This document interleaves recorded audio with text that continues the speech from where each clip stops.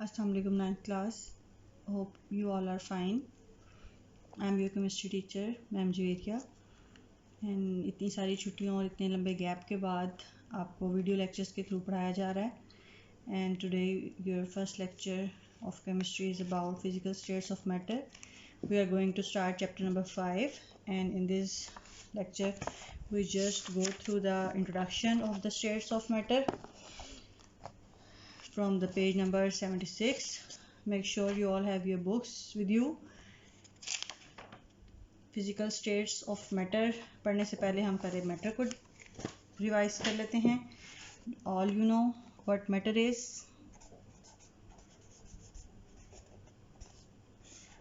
कोई भी चीज़ जिसका कोई वॉल्यूम हो, कोई जगह ले, स्पेस ऑक्यूपाई करे, इज कॉल्ड मैटर. और मैटर की हमने सिंपल फॉर्म्स पढ़नी है, स्टेट्स पढ़नी है.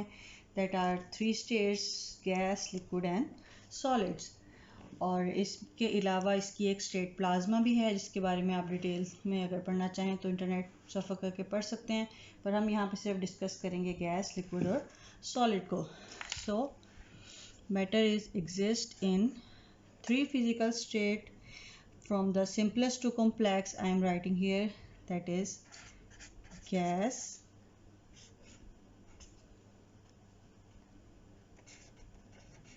liquid and solid. जिसमें से गैस जो है वो सबसे सिंपलेस्ट है, उसके बाद लिक्विड एंड सॉलिड. इसकी अगर हम क्विक एग्जांपल ले लें तो आई हैव दिस बलून जो कभी ब्लो नहीं हुआ हुआ. अगर आप इसको ब्लो करते हैं अपने मुंह से तो आपको पता है आप इसके अंदर गैस फिल करते हैं.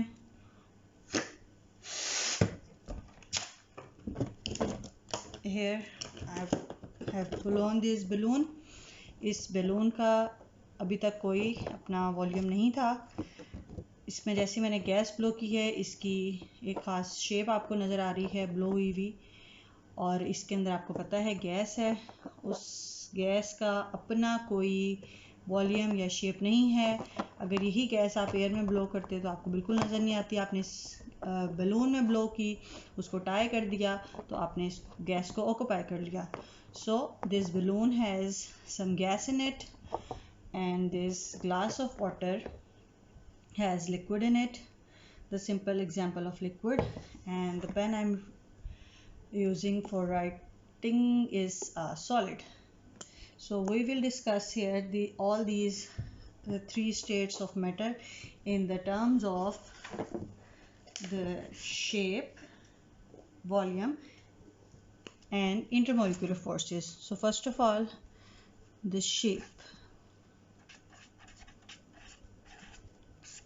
गैसेस के बारे में अगर आप डिस्कस करें, गैसेस की अभी हमने देखा कि कोई शेप नहीं होती. और वॉल्यूम, गैसेस का अपना कोई वॉल्यूम भी नहीं होता. उसे जितनी स्पेस अवेलेबल हो वो उतनी स्पेस को ऑक्यूपाई कर लेता है. उसका अपना कोई फिक्स वॉल्यूम नहीं होता. उसके अलावा इनके दरमियान हम देखेंगे इंटरमॉलिक्यूलर फोर्सेस.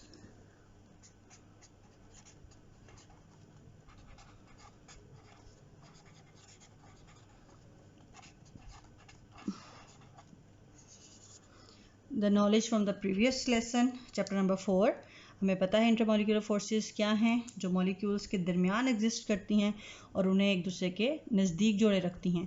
तो जो गैसेस के मॉलिक्यूल्स हैं, इनके दरमियान इंटरमॉलिक्यूलर फोर्सेस जो हैं वो बहुत ज़्यादा वीक होती हैं.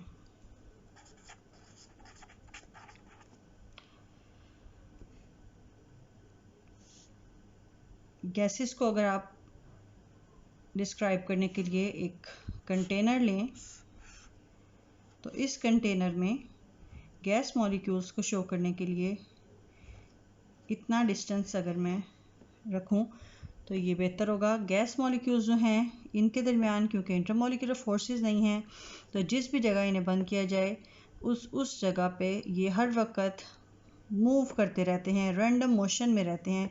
ये इसकी प्रॉपर्टीज़ में हम डिटेल में पढ़ेंगे.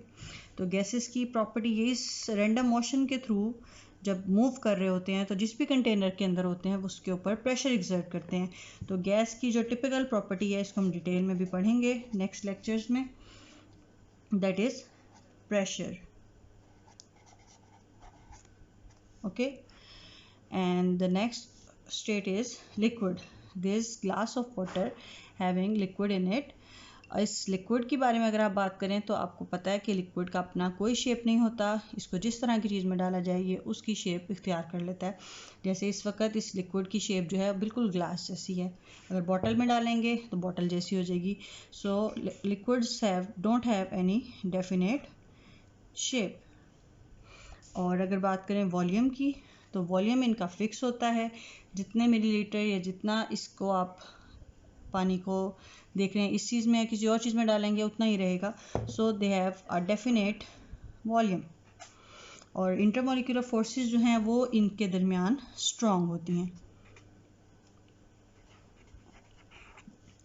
इसको डिस्क्राइब करने के लिए अगर हम एक कंटेनर लें तो इसमें आप जो वाटर मॉलिक्यूल बनाएंगे वो गैस की निस्बत एक दूसरे के नज़दीक हैं, लेकिन उनके दरमियान जो है कोई ख़ास सेट पैटर्न नहीं है, इसी वजह से इनकी कोई ख़ास शेप नहीं होती। इनके दरमियान इंटरमोलिकुलर फोर्सेस भी हैं जो कि स्ट्रॉन्ग हैं। ये डॉटेड लाइन से मैंने शो की, आपने पढ़ी हैं पीछे हाइड्रोजन बॉन्डिंग वाटर में, that is an example of intermolecular forces. तो लिक्विड्स जो है उनके पार्टिकल जो हैं वो ख़ास अरेंज नहीं होते, इसलिए उनकी कोई ख़ास शेप नहीं होती, लेकिन उनका वॉल्यूम भी होता है और उनके दरमियान इंटरमोलिकुलर फोर्सेस भी एग्जिस्ट करती हैं। और लिक्विड्स की अगर हम कोई कॉमन एग्जांपल लेना चाहें तो लिक्विड्स की कॉमन एग्जांपल है evaporation, the phenomena of evaporation.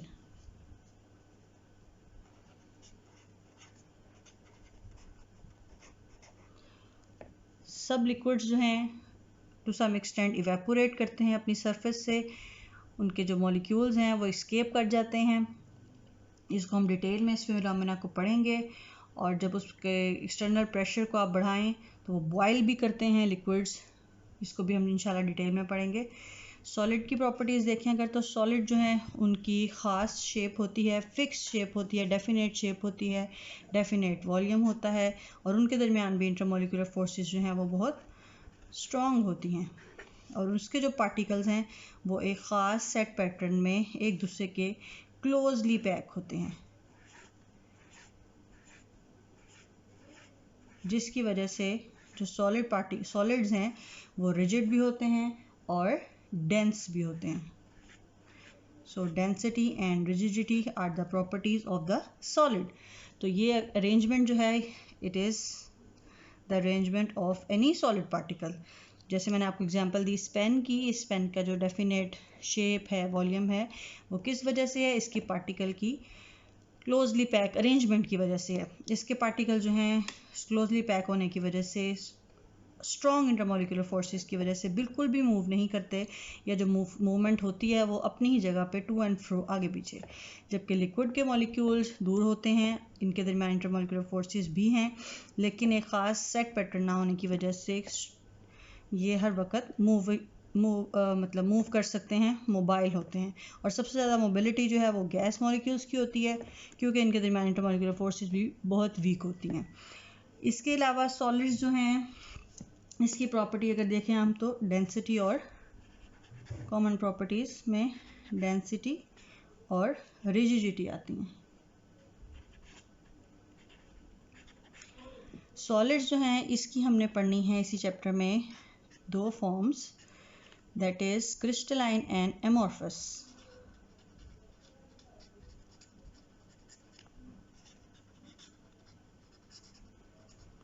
Crystalline and amorphous solids जो हैं they are divided in the basis of their shape, जिनकी एक 3D शेप होती है उसे हम कहते हैं crystalline solids, और जिनकी 3D शेप्स नहीं होती हैं उन्हें कहते हैं amorphous solid। ये हम डिटेल में इंशाल्लाह इसी चैप्टर में पढ़ेंगे। सो अभी तक जो हमने पढ़ा है उसको रिव्यू कर लेते हैं from your book. Here matter exists in three states, that is liquid, solid and gas, and the simplest state is